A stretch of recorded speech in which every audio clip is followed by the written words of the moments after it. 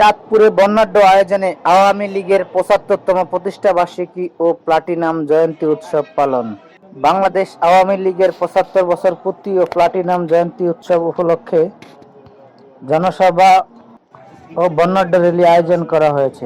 রবিবার বিকালে চাঁদপুর শহরের হাসান আলী মডেল সরকারি প্রাথমিক বিদ্যালয়ের মাঠে বিভিন্ন ইউনিটের আওয়ামী লীগ ও অঙ্গ সংগঠনের নেতাকর্মীরা মিছিল নিয়ে জড়ো হতে থাকেন।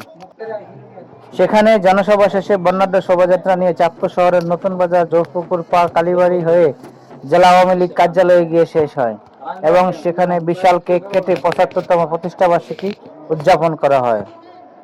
অনুষ্ঠানে চাঁদপুর জেলা আওয়ামী লীগের সভাপতি নাসির উদ্দিন আহমেদের সভাপতিত্বে ও সাধারণ সম্পাদক বীর মুক্তিযোদ্ধা আবু নঈম পাটোয়ারি দুলালের পরিচালনায় জনসভায় বক্তব্য রাখেন জেলা আওয়ামী লীগের সহসভাপতি ইঞ্জিনিয়ার আব্দুর রব ভূঁইয়া, যুগ্ম সাধারণ সম্পাদক অ্যাডভোকেট জহিরুল ইসলাম, সদস্য কামরুজ্জামান মিন্টু, ফরিদগঞ্জ পৌর মেয়র বীর মুক্তিযোদ্ধা আবুল খায়ের পাটোয়ারি, উপজেলা পরিষদের নবনির্বাচিত চেয়ারম্যান খাজা আহমেদ মজুমদার, জেলা মৎস্যজীবী লীগের সভাপতি আব্দুল মালেক দেওয়ান, জেলা যুবলীগের যুগ্ম আহ্বায়ক সালাউদ্দিন বাবর, মহিলা লীগ নেত্রী রেনু বেগম, জেলা শ্রমিক লীগের সাধারণ সম্পাদক ওহিদুল ইসলাম সহ অন্যান্য নেতৃবৃন্দরা বক্তব্য রাখেন।